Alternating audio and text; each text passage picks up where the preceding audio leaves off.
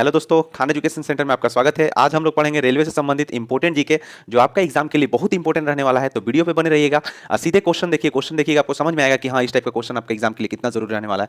तो क्वेश्चन है पहला कि रेलवे किस सूची के अंतर्गत आता है। तो रेलवे याद रखिएगा संघ सूची के अंतर्गत आता है। संघ सूची मतलब तीन टाइप का सूची होता है, एक राज्य सूची होता है, एक केंद्र द्वारा संघ सूची होता है और एक समवर्ती सूची होता है। तीन सूची होता है। राज्य सूची में राज्य कानून बनाता है, संघ सूची में याद रखिएगा कि संघ यानी केंद्र सरकार कानून बनाता है और समवर्ती में दोनों बनाता है। जैसे कोई विषय हो गया, जैसे मान लीजिए पर्यावरण हो गया या शिक्षा हो गया, इसको समवर्ती सूची के अंतर्गत रखा गया। इसमें पर्यावरण या शिक्षा इस सब पे जो है राज्य भी कानून बना सकता है और केंद्र भी बना सकता है। लेकिन जो संघ सूची होगा उस पर सिर्फ संघ ही कानून बनाएगा, राज्य नहीं बनाएगा। तो रेलवे जो है वो किस सूची के अंतर्गत आता है, अगर एग्जाम में क्वेश्चन आ जाएगा कि रेलवे किस सूची के अंतर्गत आता है, तो रेलवे याद रखिएगा कि संघ सूची के अंतर्गत आता है। रेलवे हो गया, डाक हो गया, तार हो गया, तार मतलब टेलीफोन से रिलेटेड, ये सारा संघ सूची के अंतर्गत आता है। ठीक है, चलिए दूसरा क्वेश्चन देखते हैं हम लोग। क्वेश्चन के साथ साथ कुछ आपको इंपॉर्टेंट अलग से डिटेल्स भी बताएंगे ताकि आपको समझ में आएगा क्वेश्चन और उस टाइप का आपका एग्जाम में भी बहुत सारा हेल्प मिलेगा। ठीक है, तो चलिए दूसरा क्वेश्चन देखते हैं। भारत में अंग्रेजों का योगदान किसमें सर्वाधिक रहा। तो याद रखिएगा भारत में अंग्रेजों का योगदान सबसे ज्यादा जो है वो रेलवे में रहा है। रेलवे पे उन लोगों ने ज्यादा काम किया है। ठीक है, तो भारत में अंग्रेजों का सर्वाधिक योगदान किस पे रहा है, तो याद रखिएगा रेलवे पे। ठीक है, फिर अगला क्वेश्चन है कि किसके शासन में रेल और तार सेवा प्रारंभ की गई, यानी कौन ऐसा लॉर्ड गवर्नर होगा जिसके शासन में रेल और तार जो है वो शुरू किया। तार मतलब टेलीफोन हो जाएगा और रेल मतलब कि रेल से रिलेटेड, तो ये हो जाएगा लॉर्ड डलहौजी। लॉर्ड डलहौजी के शासनकाल में रेल और तार पे ज्यादा फोकस किया गया और इसी के शासनकाल में रेलवे लाइन बिछाई गई 1853 में, याद रखिएगा। ठीक है, चलिए अगला क्वेश्चन है, सन 1854 में हावड़ा से कहां तक पहली रेलगाड़ी चली। तो याद रखिएगा इसका आंसर होगा हुगली। पहला जो रेल चला वो आपका 1853 में मुंबई से थाने के चला, 34 किलोमीटर जिसका डिस्टेंस था, मतलब कि दूरी 34 किलोमीटर तक चला। लेकिन 1854 में पहला बार हावड़ा से कहां तक चला, अगर ये क्वेश्चन पूछ देगा तो आपका हावड़ा से हुगली तक, दोनों बंगाल में ही है, हावड़ा भी और हुगली भी, दोनों के बीच में 1854 में पहली रेलगाड़ी चली। ठीक है, चलिए नेक्स्ट क्वेश्चन है कि भारतीय विद्युत रेल का संचालन किस वर्ष प्रारंभ हुआ। तो याद रखिएगा इसका आंसर होगा 1925। भारतीय रेलवे विद्युत रेलवे का इलेक्ट्रिक से जब मतलब कब से स्टार्ट हुआ, तो इलेक्ट्रिक से पूछेगा तो याद रखिएगा 1925। और पहला रेलगाड़ी कब चला, तो 1853 में। कहां से कहां के बीच चला, तो मुंबई से थाने के बीच में चला 34 किलोमीटर। ठीक है, याद रखिएगा।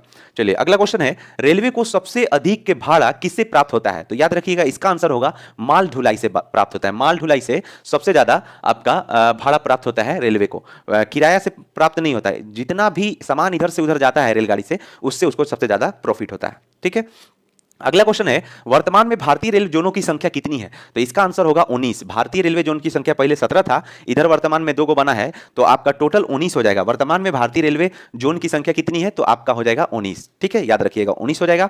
और आपका मंडल कितना है, तो पहले 68 था, अब 70 याद रखिएगा, वर्तमान में 70 है। तो आपको मंडल भी याद रखना है कि मंडल टोटल कितना है, तो 70। ठीक है, अगला क्वेश्चन है कि भारतीय रेलवे के लोगों में कितने सितारे हैं। तो याद रखिएगा इसका आंसर 19 होगा। और साथ में यह भी चीज याद रखिएगा कि टोटल जो है जितना जोन होगा उतने तारे होंगे। पहले 17 था, अब 19 तारा हो गया। क्या है कि पहले 17 को ये जोन था, अब 19 जोन हो गया। तो एक जोन एक तारा को रिप्रेजेंट करता है। तो भारतीय लोगों में कितने तारे हैं अगर बोलेगा, तो आपको अगर जोन याद रहेगा ना कि कितना भारतीय रेलवे का जोन है, 19 को जोन है, तो 19 को तारा भी होगा। ठीक है, अगर 17 को जोन पहले था तो 17 को तारा था, लेकिन अब 19 को जोन हो गया है, तो इसलिए 19 को तारा होगा, याद रखिएगा। ठीक है, चलिए अगला क्वेश्चन है, जोनल रेलवे का नेतृत्व कौन करता है। तो जोनल रेलवे का नेतृत्व महाप्रबंधक करता है, याद रखिएगा इसका आंसर होगा।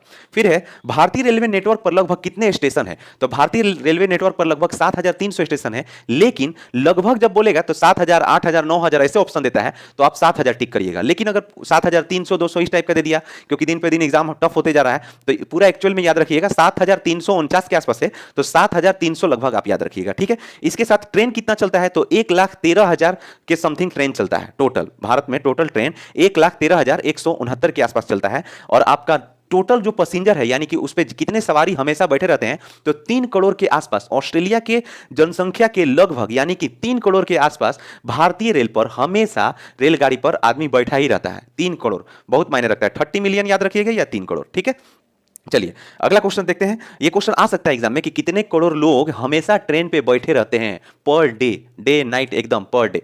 तो आपका आंसर इसका हो जाएगा 3 करोड़। ठीक है, चलिए नेक्स्ट क्वेश्चन है कि कोंकण रेलवे का मुख्यालय कहां है। 19वां जो नया रेलवे जोन है कोंकण, उसका मुख्यालय नवल मुंबई है। याद रखिएगा ये 19वां जोन है और नवल मुंबई इसका मुख्यालय है। और कोंकण रेलवे का मुख्यालय, कोंकण इसका नाम है कोंकण रेलवे, इसका मुख्यालय जो है वो 19वां आपका नवल मुंबई है। ठीक है, नवल मुंबई मतलब वो वेस्टर्न एरिया में पड़ता है। ओके, चलिए नेक्स्ट है, पहाड़ी अंचलों में रेल मार्ग कौन सा गेज का उपयोग करता है? तो पहाड़ी अंचलों में याद रखिएगा कि पहाड़ी अंचलों में रेल मार्ग नैरो गेज का उपयोग करता है। पहाड़ी अंचलों में किसका उपयोग करता है? तो नैरो गेज का उपयोग करता है। ये एकदम आपका फैक्ट एग्जाम में आने वाला क्वेश्चन है, और आगे भी वीडियो बनाएंगे तो इस टाइप का क्वेश्चन आपको देंगे, तो जरूर मेरे चैनल को सब्सक्राइब जरूर करिएगा और लाइक भी करिएगा, दोस्तों में शेयर भी करिएगा। चलिए हम लोग नेक्स्ट क्वेश्चन देखते हैं। क्वेश्चन है, वृंदावन एक्सप्रेस किसके किसके बीच चलती है? तो वृंदावन एक्सप्रेस चेन्नई और बेंगलुरु के बीच चलती है। वृंदावन से आपका माइंड में क्वेश्चन होगा कि ये यूपी की तरफ मार देंगे तो इसका ऑप्शन हो जाएगा, लेकिन नहीं, चेन्नई और बेंगलुरु थोड़ा अलग था, इसीलिए इसको हम लिखे हैं कि वृंदावन एक्सप्रेस किसके किसके बीच चलती है? तो चेन्नई से बेंगलुरु के बीच चलती है। ठीक है,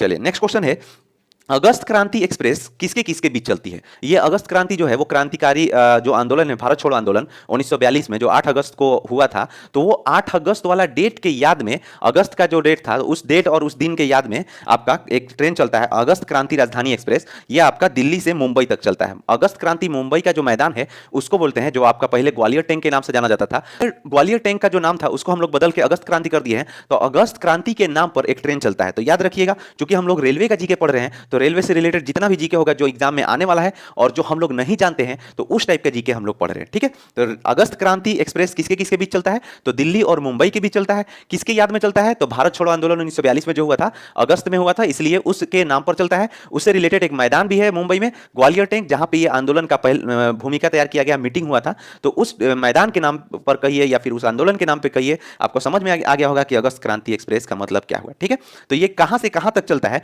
तो दिल्ली और मुंबई के बीच में चलता है। ठीक है, अगर ये अच्छा लगा होगा तो सब्सक्राइब जरूर करिएगा, आप बेल आइकन को भी दबा दीजिएगा ताकि इस टाइप का जो भी जीके बनाएंगे रेलवे से रिलेटेड वो आपके पास आसानी से पहुंच जाए। Thank you.